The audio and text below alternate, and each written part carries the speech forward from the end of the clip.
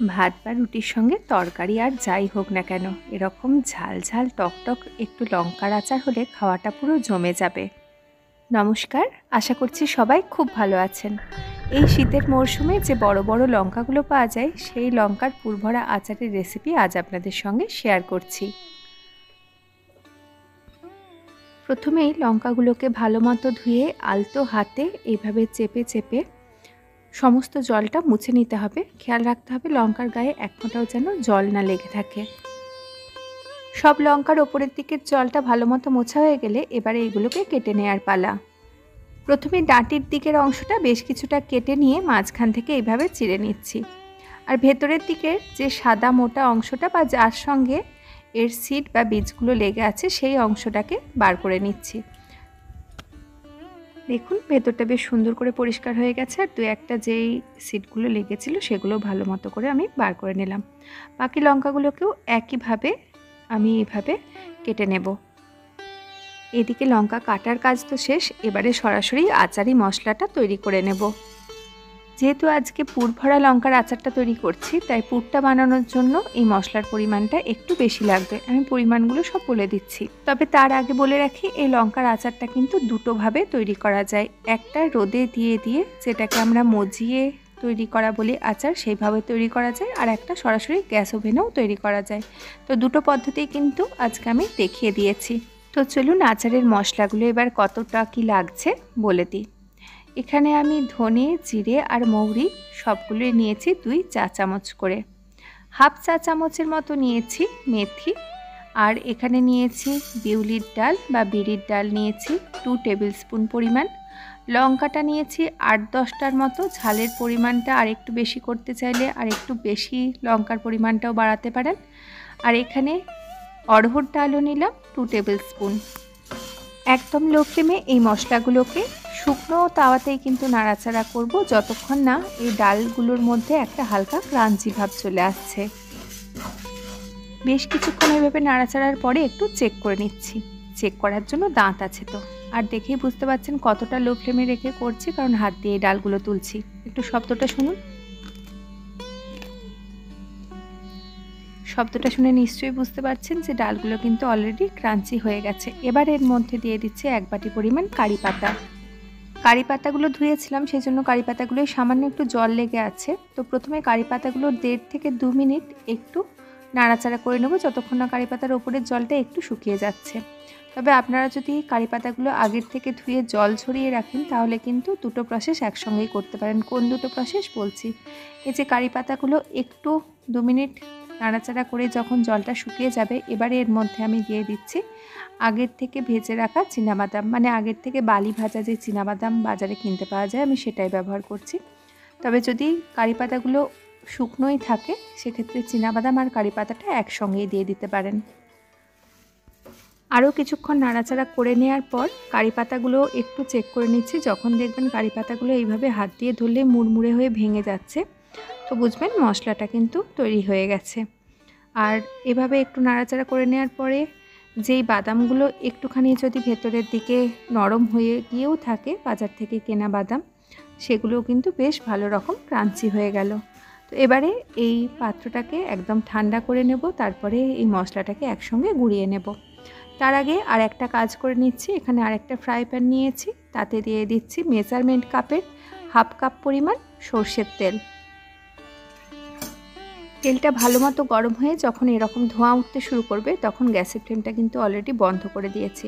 এবারে তেলের তাপমাত্রাটাকে একটু কমিয়ে নিতে হবে, কারণ এত গরম তেলে যদি মশলাগুলো দেওয়া হয় সেক্ষেত্রে পুড়ে যাবে।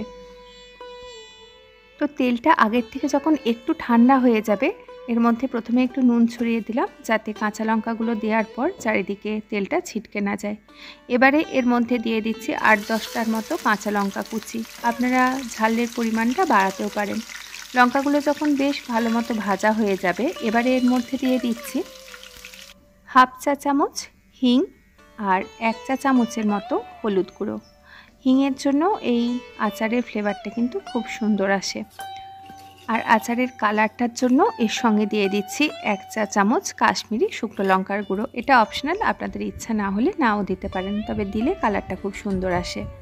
তো প্রথমে দেখাচ্ছি রোদে দিয়ে মজিয়ে মজিয়ে যেই আচারটা তৈরি করা হয় সেই প্রসেসটা। তো এদিকে তেলটা একটু ঠান্ডা হোক, বাকি কাজটা সেরে নিই। যেই মশলাগুলো নাড়াচাড়া করে রেখেছিলাম সেগুলো অলরেডি ঠান্ডা হয়ে গেছে, সেগুলোকে একটা মিক্সি জারের মধ্যে নিয়ে নিচ্ছি। তবে এই মশলাটা তৈরির সময় একটা কথা কিন্তু অবশ্যই মাথায় রাখতে হবে, যেহেতু এই মশলাটাতে চীনাবাদাম আছে, তাই একেবারেই যদি ঘুরিয়ে মশলাটা তৈরি করতে যান সেক্ষেত্রে এই বাদাম থেকে তেল ছাড়তে শুরু করে দেবে। তাই মিক্সিটাকে 3 থেকে 4 বার অফ অন করে করে এটাকে একটু ঝুড়ো ঝুড়ো মতো গুঁড়োটা করতে হবে। একদম তেল বেরিয়ে মসৃণ গুঁড়োটা কিন্তু এই মশলার হবে না। তবে গুঁড়োটা করার আগে আরও একটা উপকরণ আমি এর মধ্যে যোগ করব, যেটা আচারের টেস্টটাকে আরও দ্বিগুণ বাড়িয়ে দেবে বা আচারের মধ্যে টক ভাবটা আনবে। তো প্রথমেই আমি স্বাদ অনুযায়ী নুনটা দিয়ে দিলাম, আর এটা দিলাম আমচুর, এটা দিলাম 3 চা চামচের মতো। আপনাদের যদি টক ভাবটা আরেকটু বেশি আনতে ইচ্ছা করে সেক্ষেত্রে এই আমচুরের গুঁড়োটা কিন্তু আরেকটু পরিমাণে বাড়িয়েও দিতে পারেন। তো দেখেই বুঝতে পাচ্ছেন যে মশলার গুঁড়োটা কিন্তু একদম ঝুরঝুরো হয়ে তৈরি হয়েছে। তো চলুন এবারে পরবর্তী স্টেপে চলে যাই। যে গুঁড়ো মশলাটা তৈরি করে রেখেছিলাম তার থেকে আন্দাজ মতো একটু মশলা তুলে রাখছি, ওই অর্ধেকটা বা অর্ধেকের থেকে একটু কম। আর যে তেলটা তৈরি করে রেখেছি সেই তেলটাও কিন্তু অলরেডি ঠান্ডা হয়ে গেছে। তেলটা কিছুটা নিয়ে নিচ্ছি, কারণ মশলাটাকে বাইন্ড করব তেল দিয়ে, না হলে তো লঙ্কার ভেতরে যদি এই শুকনো পুরটা ভরি সেক্ষেত্রে পুরটা বেরিয়ে চলে আসবে। তো এর পরের কাজটা তো খুব সিম্পল। পুরটা রেডি হয়ে যাওয়ার পরে শুধুমাত্র লঙ্কার যে খোলের ভেতরে এই মশলার পুরটাকে ঢুকিয়ে নিতে হবে। আর এখানে বলে রাখি, আরও বিভিন্ন ধরনের আচারের রেসিপির লিঙ্ক আমার ডেসক্রিপশন বক্সে দেওয়া থাকছে, ইচ্ছা হলে আপনারা একবার চেক করতে পারেন। তো যতটা সম্ভব ভর্তি করে করে এই পুরটাকে দিয়ে দিচ্ছি। সমস্ত লঙ্কাগুলোতে পুরটা ভর্তি হয়ে গেলে আমি এখানে একটা পরিষ্কার কাঁচের পাত্র নিয়ে নিচ্ছি। এবারে এর মধ্যে যে শুকনো মশলাটা রেখেছিলাম শুকনো মশলাগুলো দিয়ে দিচ্ছি। পাত্রের তলাতে মশলাটা দেওয়া হয়ে গেলে ওপর থেকে একটা একটা করে লঙ্কা সাজিয়ে দিচ্ছি। সব লঙ্কাগুলো পাত্রটার মধ্যে নিয়ে নেওয়ার পর আচারটা যাতে অনেক দিন পর্যন্ত ভালো থাকে সেই জন্য 2 চা চামচ ভিনিগার আমি তেলের মধ্যে ভালোভাবে মিশিয়ে নিচ্ছি। এবার এই তেলটাকে লঙ্কার ওপরে ভালোভাবে ঢেলে দিচ্ছি, যাতে সব লঙ্কাগুলোর গায়ে তেলটা লাগে সেইভাবে আস্তে আস্তে ঢেলে দিচ্ছি। এবার 3-5-6 মতো রোদে দিয়ে দিয়ে আচারটাকে মজিয়ে মজিয়ে তৈরি করে নিতে পারলেই রেডি লঙ্কার এই ঝালটক আচার। এবার চলে যাচ্ছি পরবর্তী প্রসেসে। যাদের ধরুন অতদিন রোদে দিয়ে আচারটা তৈরি করার হাতে খুব একটা সময় নেই তাদের জন্য গ্যাস ওভেনের মধ্যে তেল সহ আচার বা এই লঙ্কাগুলোকে বসিয়ে নিলাম। এবারে একদম লো ফ্লেমে এটাকে হতে দেব 5-6 মিনিটের মতো, যাতে লঙ্কাগুলো একটু নরম হয়ে যায় বা হালকা সেদ্ধ হয়ে যায়। তবে লঙ্কাগুলো পুরোপুরি সেদ্ধ হয়ে একেবারে যে রঙটা চেঞ্জ হয়ে যাবে সেটা কিন্তু হবে না। যখনই দেখবেন তেলটা এরকম গরম হয়ে গেছে বা এরকম ফেনা ফেনা মতো উঠতে শুরু করে দিয়েছে, ব্যাস গ্যাস ওভেনটা বন্ধ করে একদম গরম তেল সহ এই আচারটাকে কিন্তু কাঁচের পাত্রের মধ্যে রেখে দেব। তবে সঙ্গে সঙ্গে পাত্রের মধ্যে এই আচারটা ঢেলে নিলেও কিন্তু সঙ্গে সঙ্গে ঢাকাটা একদমই বন্ধ করা চলবে না, সেক্ষেত্রে কিন্তু আচারটা খারাপ হয়ে যাওয়ার সম্ভাবনাটা প্রবল থাকবে। এবারে আচারটাকে এই পাত্রের মধ্যে নিয়ে নিচ্ছি, আর যখন আচারটা একদম সম্পূর্ণ ঠান্ডা হয়ে যাবে এটাকে ঢাকাটা দিয়ে দেব। আর এটা কিন্তু এয়ারটাইট পাত্র, যে কোনো আচার সবসময় এয়ারটাইট কোনো বক্সের মধ্যে রাখার চেষ্টা করবেন, সেক্ষেত্রে আচারটা অনেক দিন পর্যন্ত ভালো থাকবে। আজকের রেসিপিটা কেমন লাগলো জানাবেন। দেখা হবে পরের দিন আবার নতুন কোনো রেসিপি নিয়ে। ততক্ষণ সবাই সুস্থ থাকুন, ভালো থাকুন, সঙ্গে থাকুন।